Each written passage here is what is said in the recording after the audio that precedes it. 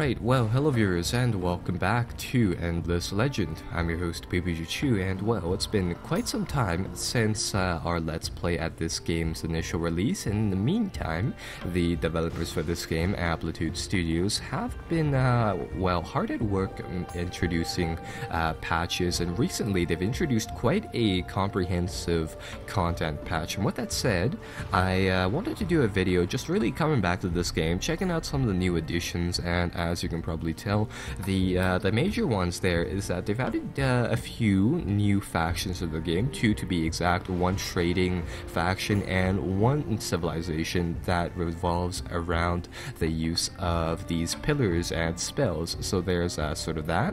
They've introduced multiplayer, a whole bunch of changes to the AI, namely the fact that it can now use the diplomacy system that's present inside the game, so that's also one major change, and a whole bunch of minor world improvements, namely things such as roads, ports, and ships for ocean-going exploration. Just in general, the haste usage of roads on the campaign map there. So starting off, I think we'll just look at these improvements in the order of convenience. Namely, now you're able to join these multiplayer games. You can still have only up to 6 players for now, but they intend to increase that to 8. And as you can see here, there's already a few multiplayer games going. Now, they'll still be capped at 200 turns per match, if you will, there. And in general, I guess this is just sort of a way to take the game out of relying on, say, the AI, taking it definitely out of the single-player arena to allow you to use some of the unique factions and multiplayer there. And, well, in addition to that, they've added a few smaller changes to supplement that new multiplayer game. Namely, if you go to the advanced settings tab here, you can now change the game's pace in terms of the tactical battles in the battles pace tab here, and the actual strategical turns here. Now, these are mostly multiplayer features, but they're definitely well-to-do features, namely the ability to, say, put a timer on turns to, speed up the game just in the event you have a few players who might be slowing things down like that. And in addition, one of the more intriguing portions of that system here is the ability to change the general flow of combat. And what I mean by that is, with this new encounter sequence set up, you have the option of putting it on normal or advanced. And as we saw inside our Let's Play, what happens inside the tactical battles is that you play out these rounds of combat. In one round of combat, you're able to choose who your troops target and where they move. And on the second round of combat, on the second turn, if you will, it would seem as though the AI takes over for you there, so you'd play effectively every other turn inside the tactical battles. Well, now they've changed that up so that you can play every round instead of, say, every turn inside the tactical battles instead of just every other turn. So that's definitely one of the newer things that they've introduced there. And, well, moving forwards, let's check out some of the new factions here. So they've introduced 2. They've introduced the Ardent Mages and the Roving Clans, in addition to, of course, the 4 present inside the original game. The Ardent Mages here is a spellcaster race. So, I think they're replying to some of the criticisms regarding the game, or some of the complaints that there wasn't magic inside the game, so they added a faction that does use magic to an extent here. And, well, these guys have the ability to put down these arcane pillars and spells to affect their troops and their towns. So that's definitely one unique faction that they've introduced, and they of course have their own fully fledged tier, set up of 3 unit halls for you to customize with equipment and armor and items to use in battle. And they also come with 2 spells right off the bat, the Arcana of Agility and the one of Matter as well. So one helps with speeding your troops up, the other one helps with building or adding defense, and also adding research to your nation. And, well, moving down to the second faction here, the Roving Clans is a bit of a more odd, I'd say, eccentric type of play.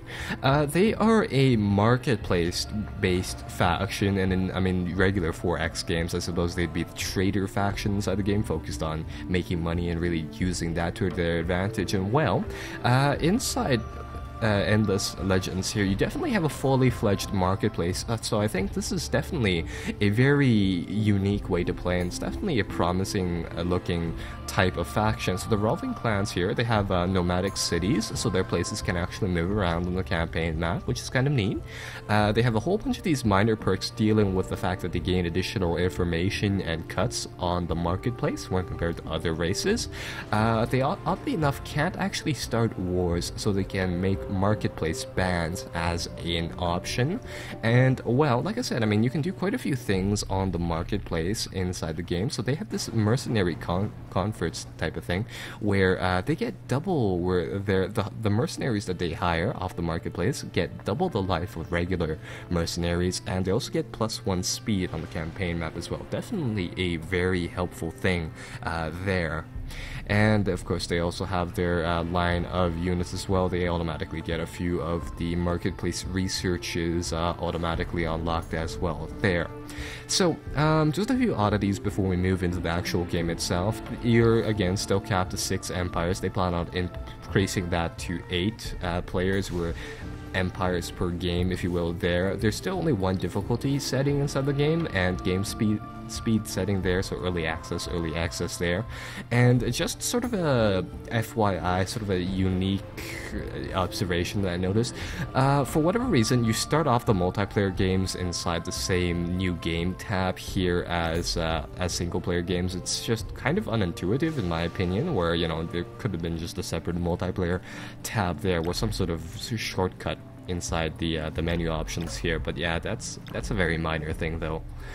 So anyhow, I've loaded up one of the test save games that I've made. This is just a turn 1 file as the Ardent Mages, seeing as we can check out some of the new AI upgrades through the save file, and we can of course also check out some of the ocean going elements here as well, and namely we can also check out some of the new magic based systems this faction has. And I think the magic is one major thing that a lot of players were looking towards.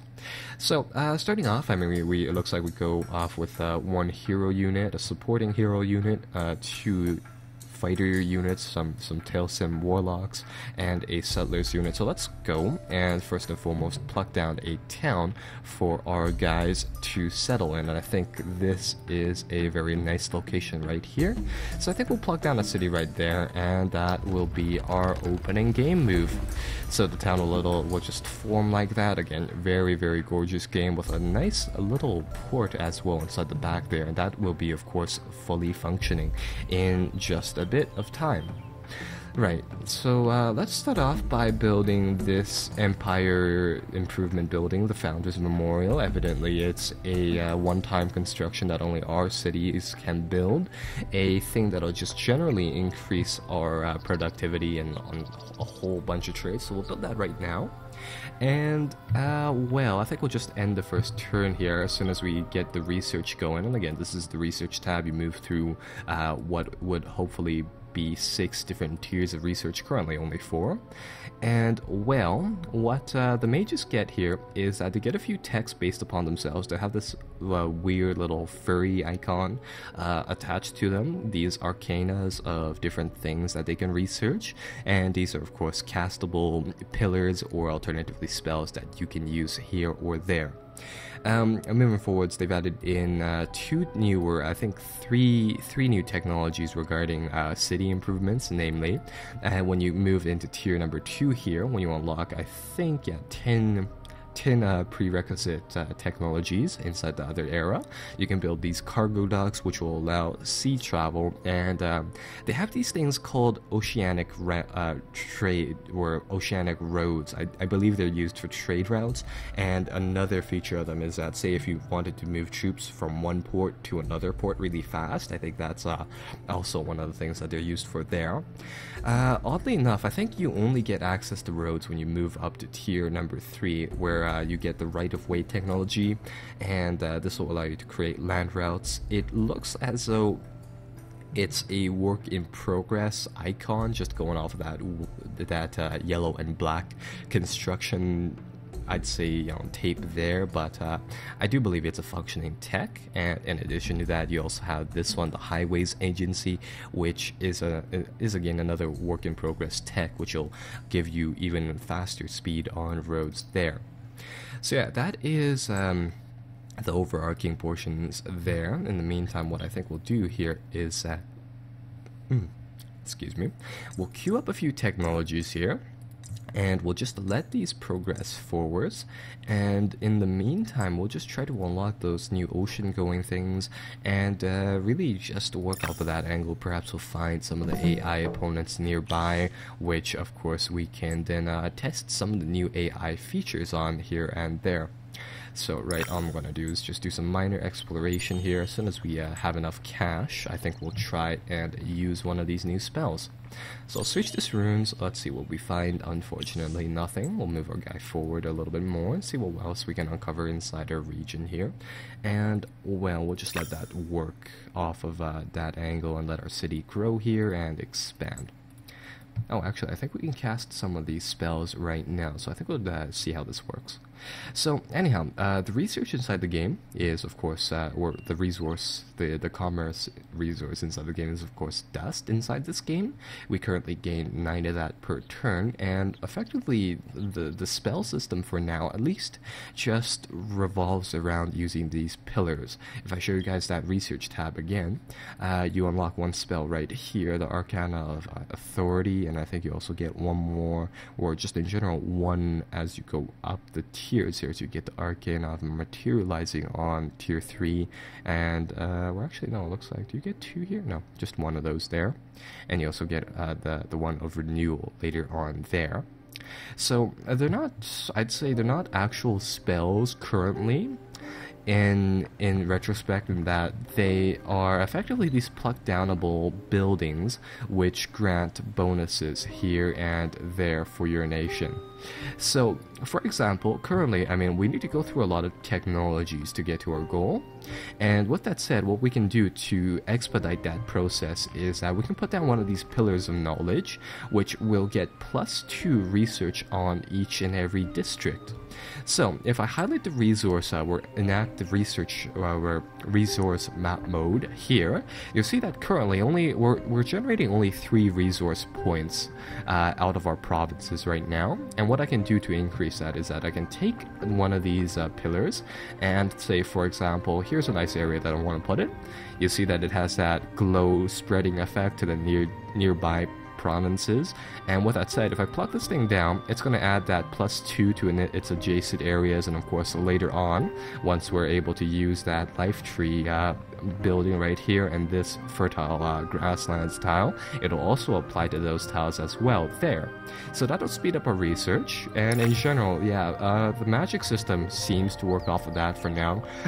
Perhaps they don't have any, say, fully fledged spells available, seeing as how I believe these Arcana spells are only researchable by our faction right now, at least.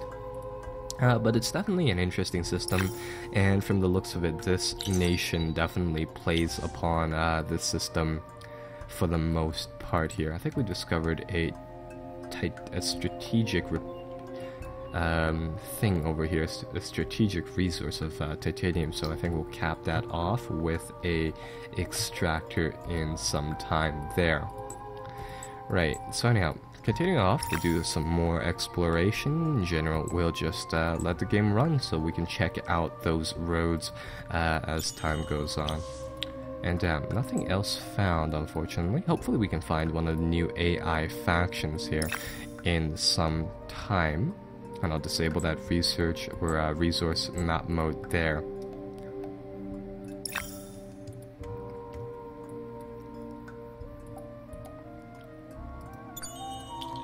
So I think we'll just search these locations first and foremost, and it looks like we found another one of these, I found a minor nation, minor faction inside the game, and I don't believe we've seen this one inside our campaign or our Let's Play as well, so we'll check this thing out. And these minor factions are these, effectively they function as the barbarians in Civilization, in that they'll send out these neutral armies which will attack different places and just in general do things, while at the same time they will, if you capture them, you can also use their troops as well. So, I think we'll start off a battle here. Our army here is led by a leader. They have regular infantry. I believe we have also just regular infantry units, and I think we'll just automatically fight this battle. See how that thing goes. Hopefully we'll win. That was a Pyrrhic victory, but it'll definitely be worth it to check out one of these new camps later on. And in general, we'll just see what happens from here. There we go. It looks like we had built that borough, so or whatever we built there, provincial improvement. So that's kind of nice. And here I'm going to switch one person to doing production, and I think we'll need to build up our army a little bit now that we've taken a few losses. But nonetheless, that is quite a fast option there. So, one of the things that they've changed, once again, is that they have added these. I'm just going to automatically play through these battles again. Is they've added a few militiamen to defend your towns when you don't have an active garrison. So these guys are effectively just cheapo infantry, like the Total War games, perhaps, where they have those armed citizenry bunch of troops just effectively defending towns, if assuming that you don't have any guys gathered inside there.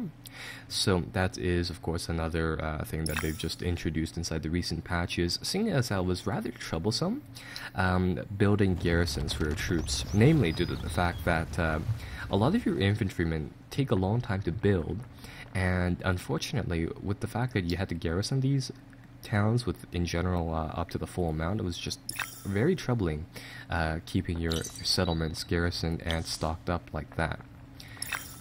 So I'll wait until we get some troops built, and in the meantime, we will... Let's see, can we get this guy and throw him down here? There we go. We'll get these two armies, and I think we'll actually get the newly built guy here to explore further. And in general, all I want to do here is that I want to find the AI players is one thing. And then another thing being that I want to try and see whether or not we can make a few diplomatic dealings with them there. So I think we'll just let things run in the meantime, and again, all we really want to do right now is hopefully grab some more of these technologies and advance further in that regards.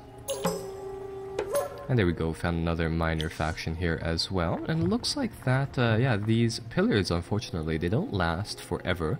So they last for right around 10 turns, and we can build another one here once again. And I think we will, just because we have a research-orientated goal, of course. Now, one thing about the pillars is that if you have, or rather, the more of them that you have going at one time, the higher the costs that they will enact. So as you saw there, building the one of these pillars of knowledge usually cost 40 at the base level, and now if we say wanted to build another one, it costs 105. So yeah, they're kind of half spells, half provincial improvements in that regards. Still, nonetheless, very interesting gameplay note there. And oh, there are quite a few of these independent things here. Those are something that I want to flee out. And let's see what has happened here. A new empire plan can be set for the following turns. We currently don't necessarily need to worry about that, so I think we'll skip that part. Where does it forces us, it wants us to do it, so we'll just do science and industry for an increased science option there. And let's see how we can go about exploring here. You know, I think we've actually started off on an island inside the game right now, and with that said, we might not be able to meet any of the new factions unless we go to sea. Yeah, from the looks of it, we've started off on an island here.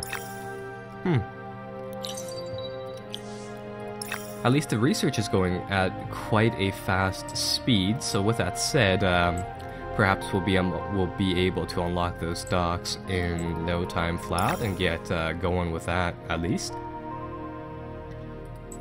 Right, so I think I'll get our current troops to continue just dancing about here, exploring as best as they can.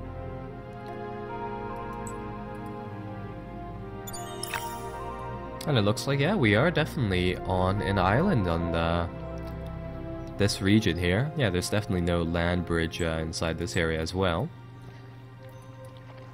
So I guess we'll have to wait until that research finishes. And it looks like we're right around, yeah, just 3